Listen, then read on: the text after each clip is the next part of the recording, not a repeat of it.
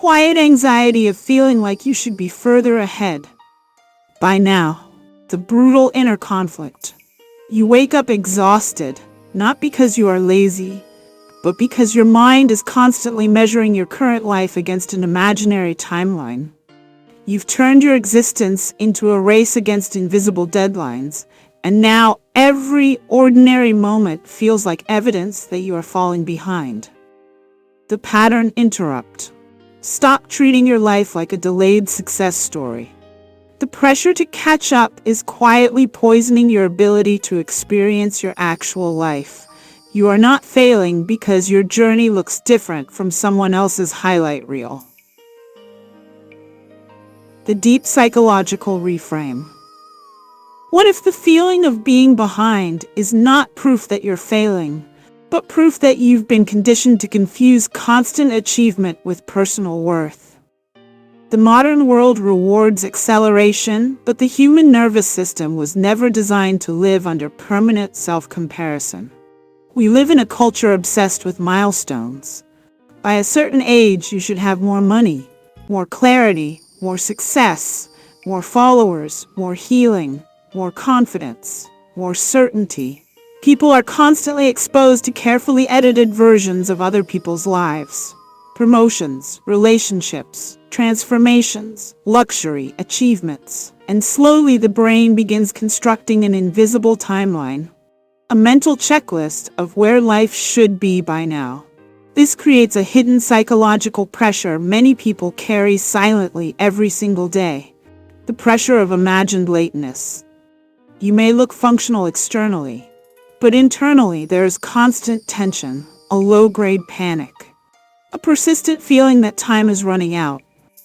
This anxiety changes how people experience life. Rest begins feeling irresponsible. Small progress feels meaningless. Moments of stillness create guilt instead of peace. The nervous system becomes trapped in a state of chronic urgency. And eventually, people stop living their actual lives because they become consumed with mentally chasing a future version of themselves. The problem is not ambition itself. Growth is healthy, goals are healthy, vision is healthy. The problem begins when self-worth becomes dependent on speed, when your value becomes emotionally attached to how quickly your life appears to progress. This creates what psychologists often describe as arrival conditioning. The belief that peace only exists somewhere ahead, after the next achievement, the next breakthrough, the next transformation, the next accomplishment. But the finish line constantly moves, because external achievement cannot permanently heal internal inadequacy. So even after reaching goals, many people still feel restless, still behind, still incomplete, still emotionally dissatisfied. Why? Because the nervous system has been trained to survive through striving. Some people learned early in life that praise only came through performance. Others learned that slowing down led to criticism. Some grew up in environments where achievement became emotional protection.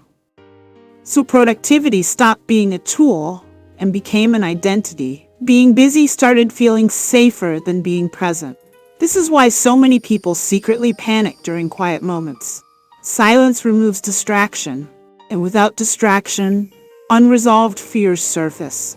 Fear of failure, fear of wasted potential, fear of disappointing others, fear of being ordinary, fear that maybe they are not enough unless they are constantly progressing. The modern digital world amplifies this dramatically. People no longer compare themselves only to neighbors or classmates. Now they compare themselves to millions of strangers daily, and the brain cannot properly process that volume of comparison. It creates emotional distortion. You begin believing everyone else is advancing faster, healing faster, winning faster, living better. Meanwhile, your own struggles feel uniquely personal and heavy. This creates emotional exhaustion, not because life is necessarily collapsing, but because the mind is constantly resisting the present moment. And resisting reality consumes enormous psychological energy. The truth is that growth is rarely linear. Real development often looks messy, slow, unclear, uneven. Some seasons are productive externally. Others are deeply transformative internally.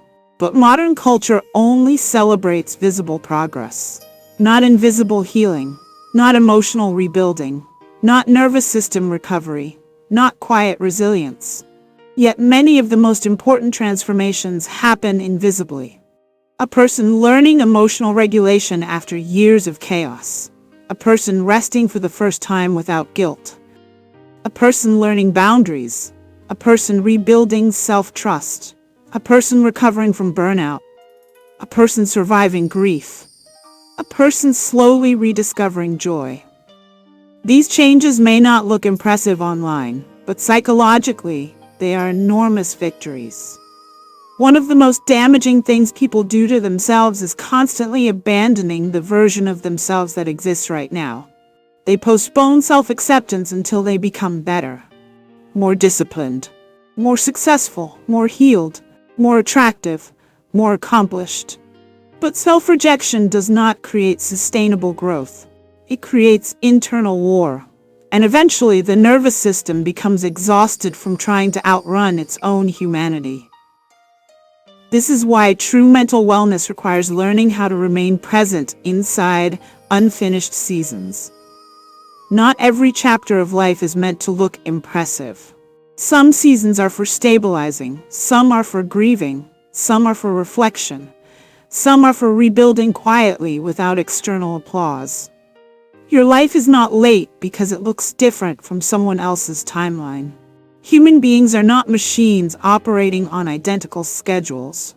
People develop emotionally, psychologically, financially, and relationally at different rhythms. Comparison ignores complexity.